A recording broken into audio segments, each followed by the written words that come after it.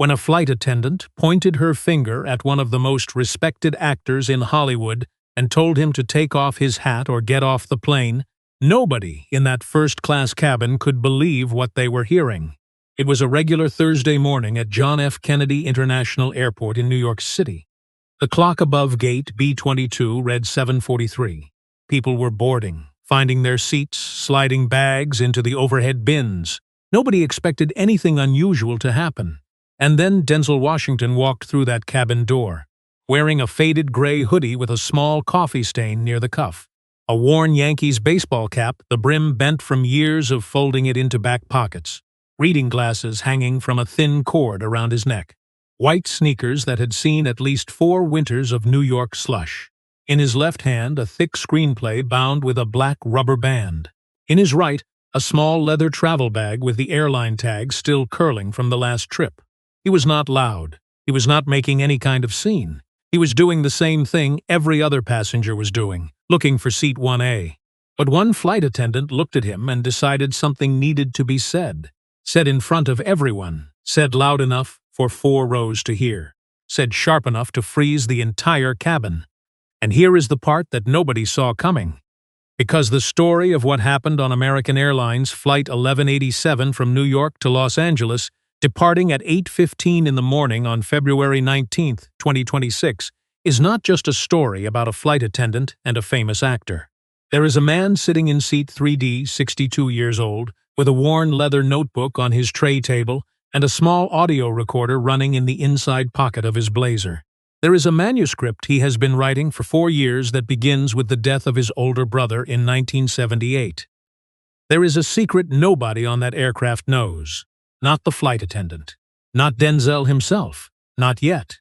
And when every piece of this story clicks into place, when the silence finally breaks open, it will change the way you understand every moment that came before it. Stay with us all the way to the end. Because the beginning of this story is not what you think. And the ending is something we promise you will not see coming. The first-class cabin of Flight 1187 went completely quiet. Not the soft quiet of a cabin at cruising altitude. Not the dim quiet of overnight flights when the window shades come down and blankets come out. This was a different kind of quiet entirely.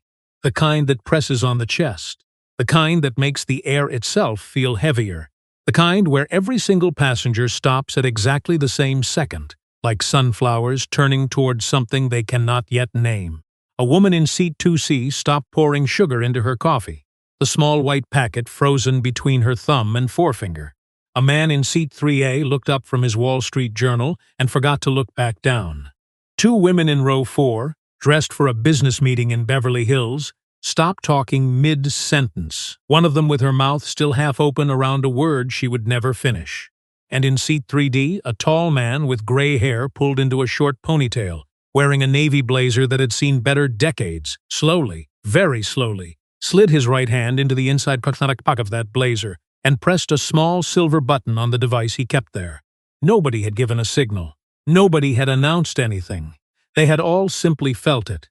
Because there was a man standing in the aisle of that aircraft holding a thick screenplay against his chest, like it was a private thing. 7 decades of life on his face. Hair grayed at the temples, eyes that had looked into stadium cameras and Oscar audiences, and the lenses of 1,000 directors, but were now looking quietly down at a boarding pass to check the row number one more time.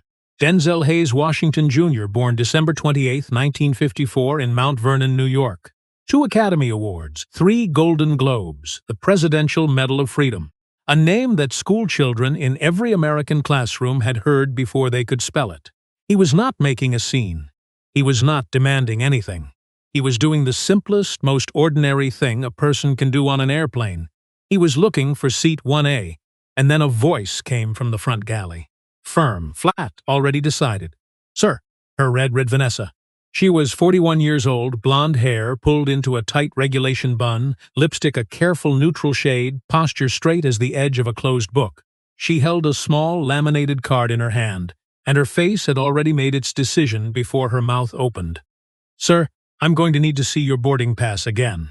And I'm going to need you to take off that hat." Denzel turned slowly and looked down at her. "Excuse me? Your boarding pass. And the hat." We have FAA visibility requirements during the safety demonstration." He glanced around the cabin without moving his head much, just his eyes.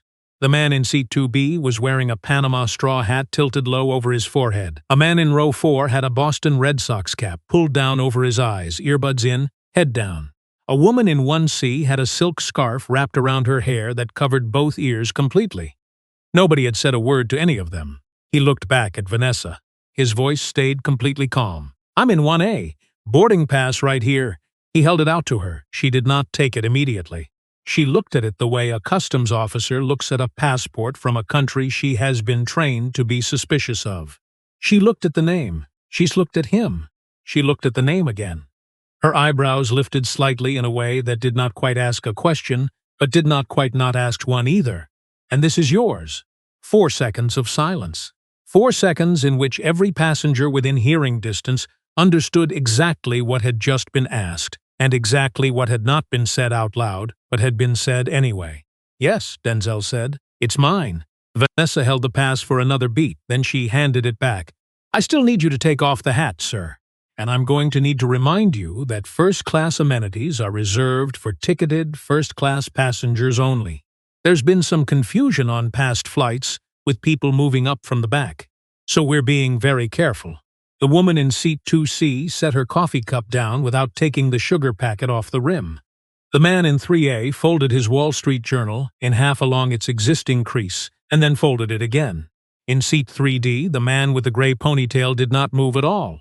He had stopped breathing for almost 5 seconds. He had not realized he was doing it until his chest began to ache. His name was Daniel Reeves. Everyone who knew him called him Danny.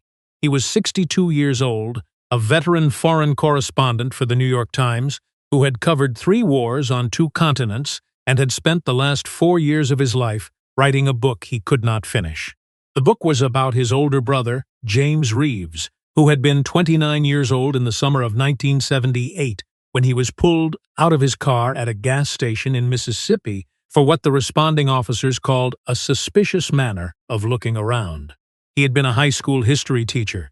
He had been driving home to his fiancée. He had not made it home. The official cause of death was listed as cardiac event during routine encounter. Danny had been 18 years old at the funeral.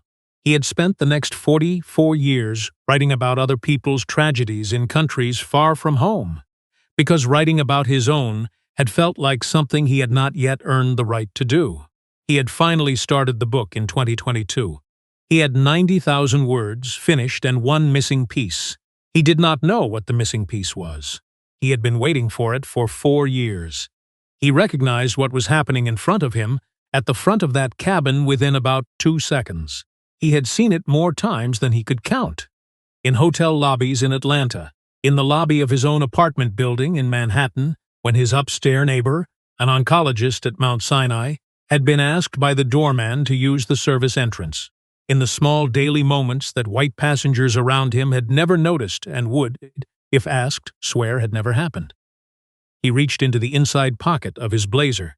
He pressed record on the small Sony recorder he had carried for 30 years, and he waited. Denzel did not raise his voice. He did not say anything for almost a full 3 seconds. And in that 3-second silence, every black passenger on that aircraft, and there were 11 of them spread across the cabin, recognized exactly what they were watching, because they had all watched it before. In hotel lobbies, in luxury car dealerships, in the marble entrances of office buildings where doormen had asked them which delivery they were making. In every space in America where the unspoken question was the same. "Do you belong here? Are you sure?" He reached up, with one steady hand, and he took off the Yankees cap. He folded the brim once, the way he had folded it for 30 years, and he placed it carefully on top of his screenplay. He did not argue. He did not point at the Panama hat in 2B or the Red Sox cap in row 4. He simply lowered himself into seat 1A, knees folding with the careful slowness of a 71-year-old man who had learned long ago that some battles were not worth raising his voice for. He put the screenplay on his lap. He pulled out his reading glasses.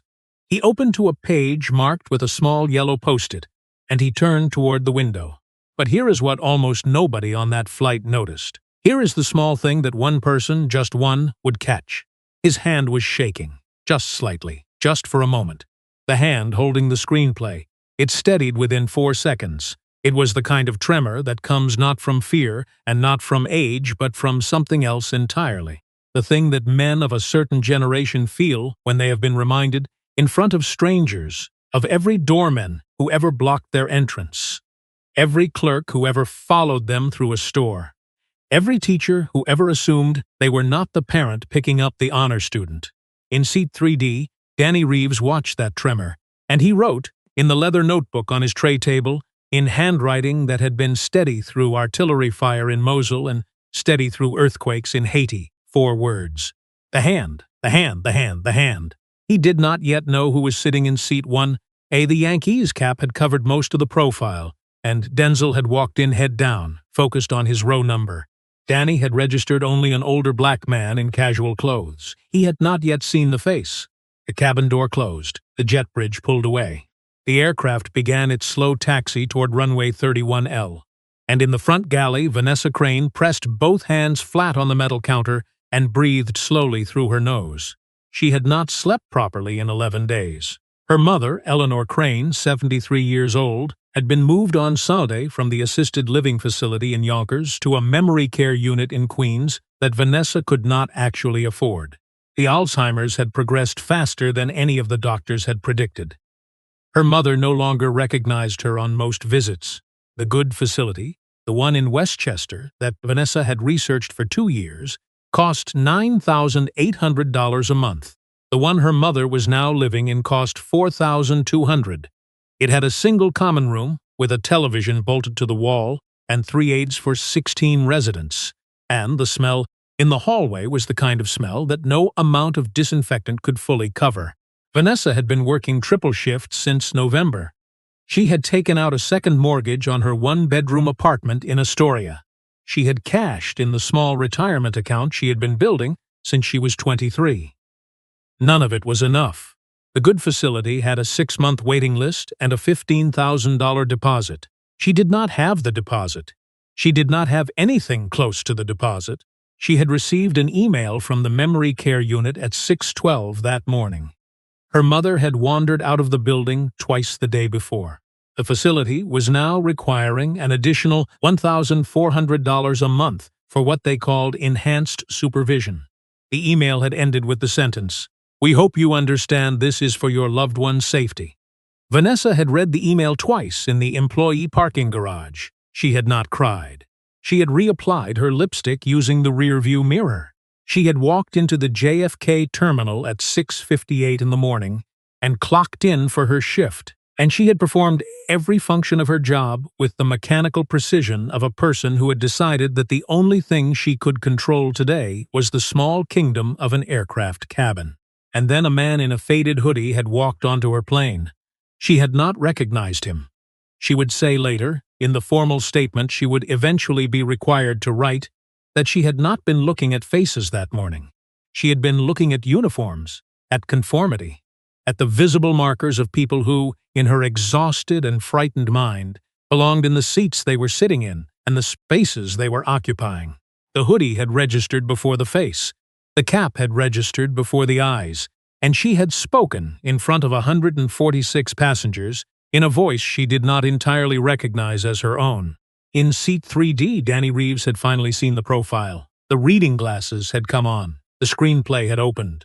The light from the window had caught the bones of the face he had watched in Glory in 1989 and in Malcolm X in 1992 and in every film since.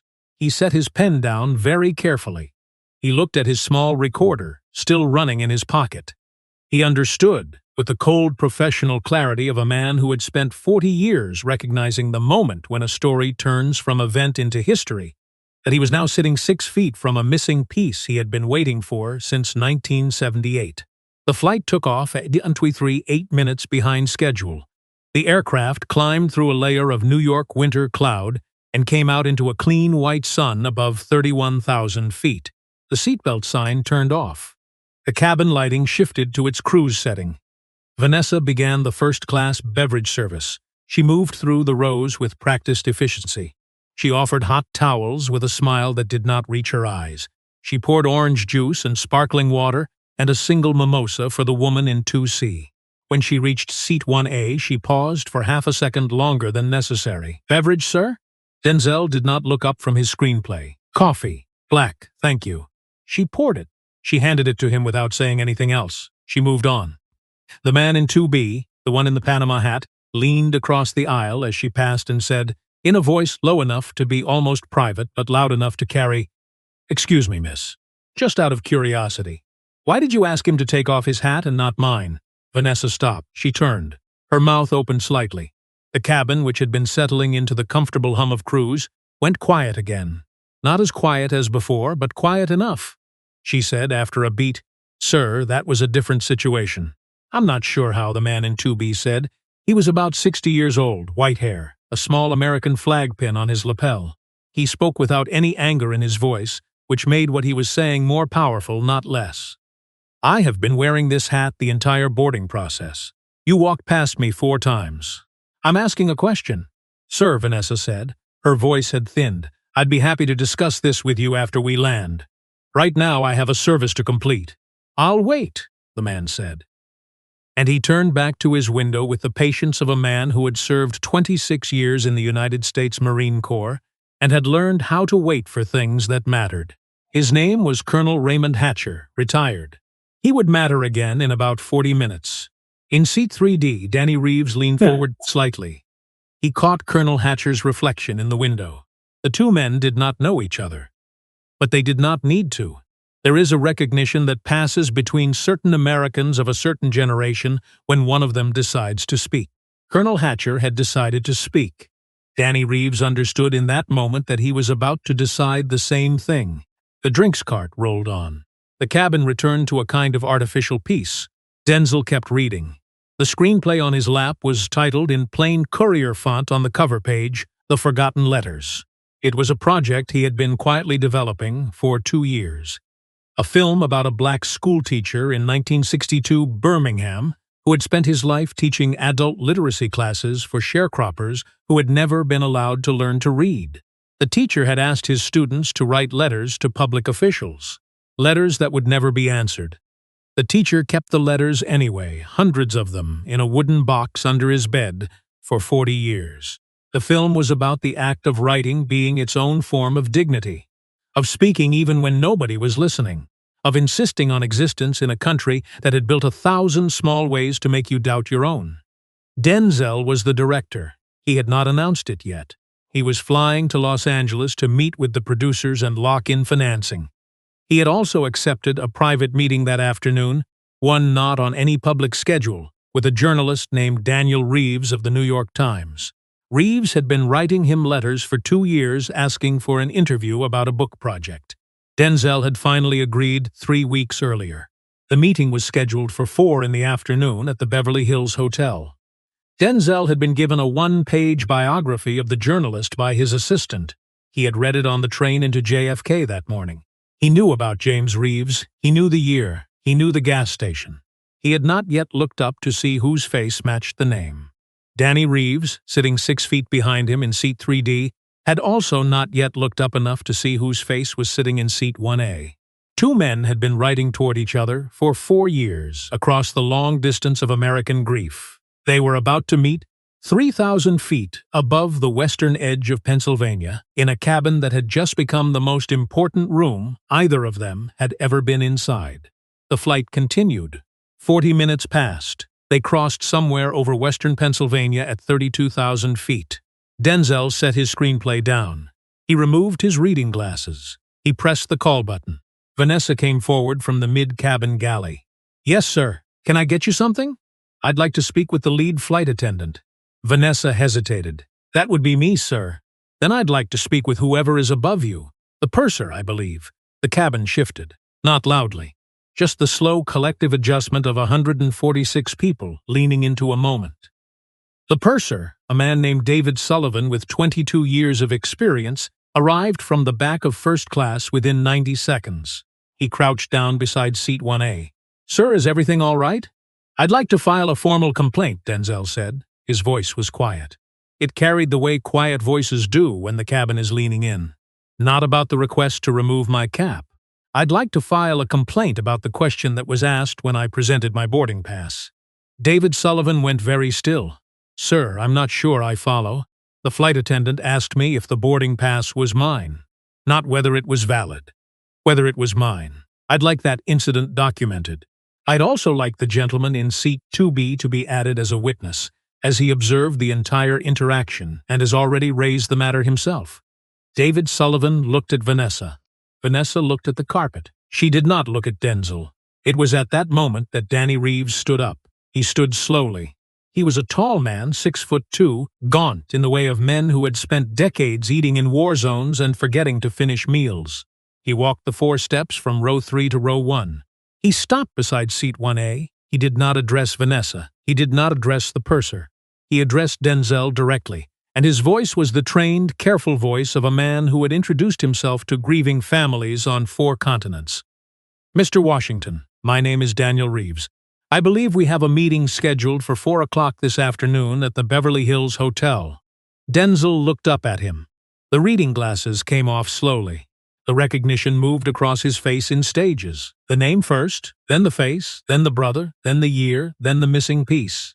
"Mr. Reeves," Denzel said, "I have been recording the events of the last 43 minutes with the express knowledge that I am a working journalist on assignment. The recording is legal under New York and federal regulations governing one-party consent. I am submitting it as a sworn witness to the complaint you have just filed." The purser David Sullivan rose to his feet. "Sir, you cannot record on this aircraft without—" "I can," Danny said quietly, "and I have, and I will. The First Amendment does not stop at 32,000 feet. I have covered 3 wars and 28 years of civil rights litigation in this country. I know exactly what I am allowed to do, and I am doing it." He turned to Vanessa. She was standing very still in the aisle, both hands flat against her sides. "Ma'am, I want you to understand something. I am not your enemy. I am the person who is about to make sure that what happened to my brother 48 years ago does not get to happen quietly anymore. Not on my plane, not on my watch, not in my notebook." Vanessa's mouth moved without making a sound. Danny turned back to Denzel. He spoke quietly enough that only the first 4 rows could hear. "My older brother was killed in 1978 at a gas station outside Jackson, Mississippi. He was a high school history teacher. He was 29 years old. The officer who pulled him out of the car was never charged. The official report said cardiac event during routine encounter. I have spent 44 years trying to write his story. I could not figure out the ending. I could not figure out how a country moves forward from a thing like that without forgetting it. I have 90,000 words of a book in a Word document on a laptop in my carry-on bag. I have not been able to finish it, sir. I think I just found my ending." Denzel did not say anything. He looked at Danny Reeves for a long moment.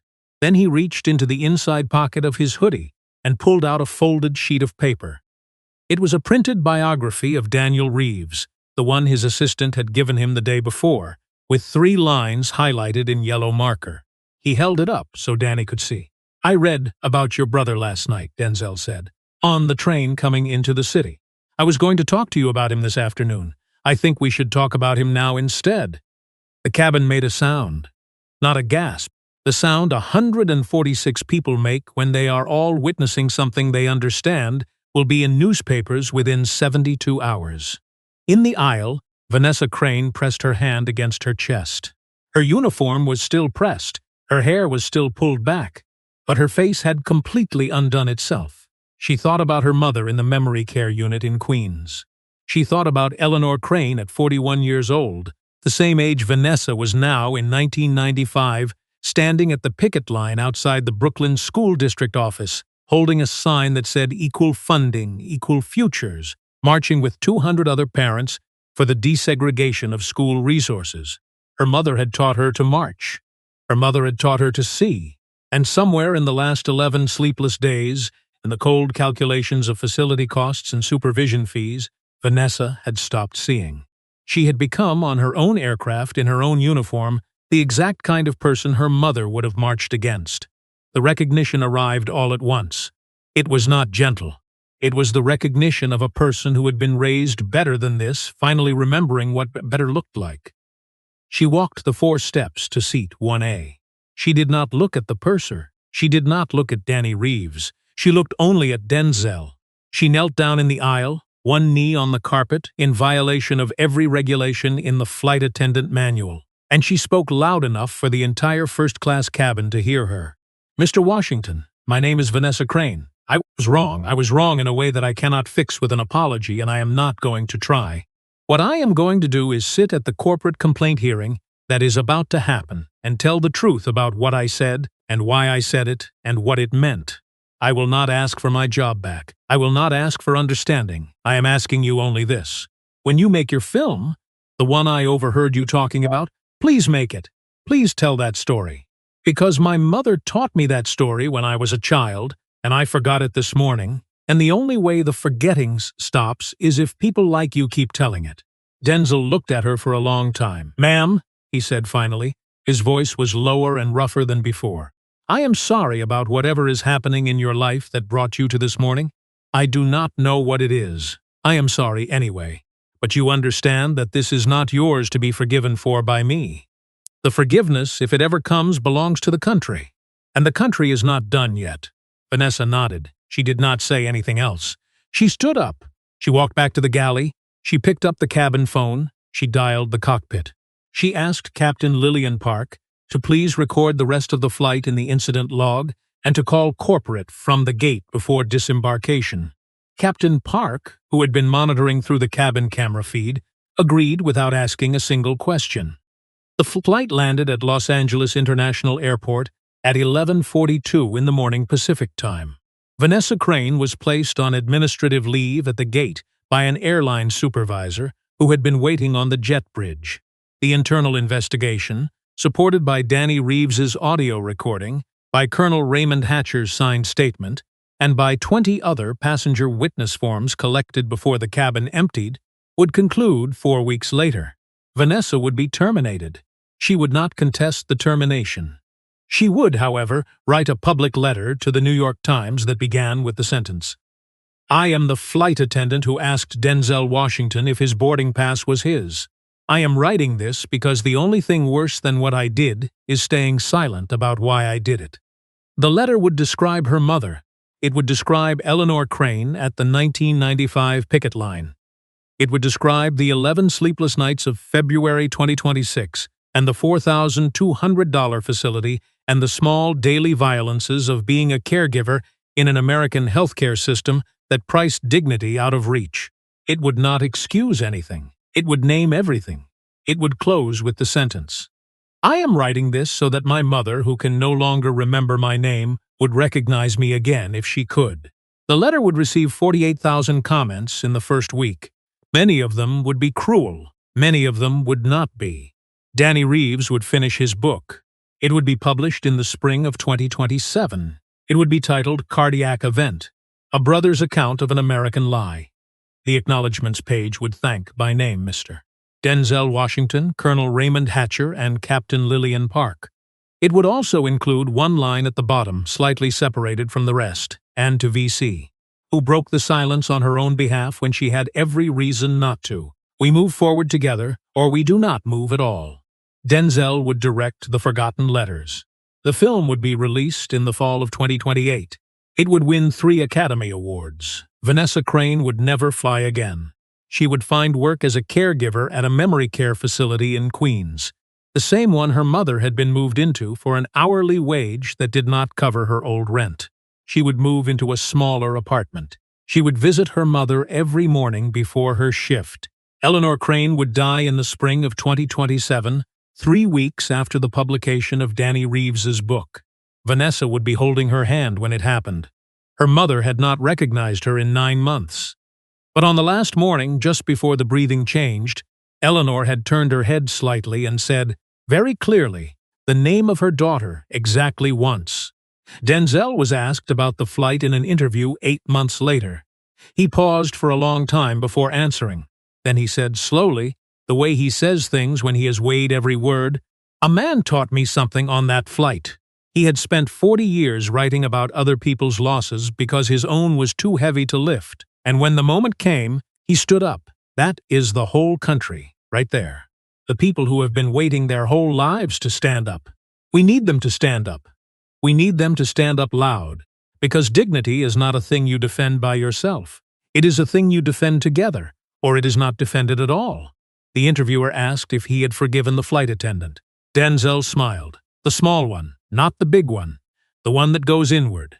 That was never mine to give, he said. Forgiveness in this country belongs to the dead. James Reeves did not get to give it. My own grandfather, who was beaten by police in Virginia in 1948 and never spoke about it once, did not get to give it. Until the country reckons with what was taken from them, no one alive has the standing to forgive anything on their behalf. What we have, the living, is the chance to make sure that the next time it happens, someone stands up. That is all. That is enough. Here is what we want you to take from this story. Dignity is not loud. It does not announce itself. It does not require permission. It walks into a room in a faded hoodie and reads a screenplay quietly in seat 1A while the world decides whether to see it. And the work, the real work, of making this country live up to its promises does not belong to the people who have been carrying it for 400 years. It belongs to the people sitting 6 feet away who have been quiet too long. It belongs to the colonels with American flag pins. It belongs to the journalists with small recorders in their pockets. It belongs to the flight attendants who remember what their mothers taught them. It belongs to every person who has ever watched something small and ugly happen in a quiet space and decided, in that moment, that they were going to use whatever voice they had. If you have ever watched something happen and stayed silent, this story is for you. The next time is the time you stand up. Not loud, not angry, just present, just true. Just the way Daniel Reeves stood up in row 3. Because the country does not move forward on the shoulders of its victims. It moves forward on the shoulders of its witnesses. Before you go, drop a comment right now and tell us where you are watching from. Your city, your country. Your bedroom or your couch or your car parked outside your job on a long lunch break. We read every single comment, and we want to know where this community is gathering from across the world. If this story moved you even a little, if it made you feel anything at all, hit that like button. It takes 1 second, and it helps this story reach someone who needs to hear it today. Because the world has more than enough cruelty. What it needs more of is what one man in row 3 did at 32,000 feet. Patience, presence, and the courage to stand up. And if you are new here, welcome. Hit subscribe and join a community that believes the most powerful stories are the ones that remind us how to be better to each other. Now click on the video appearing on your screen, because we promise the next story is going to hit just as hard. We will see you there. Take care of each other out there. And remember the man in row 3. Remember what he chose, because the world will always give you a reason to stay quiet. The work, the real work, is choosing not to.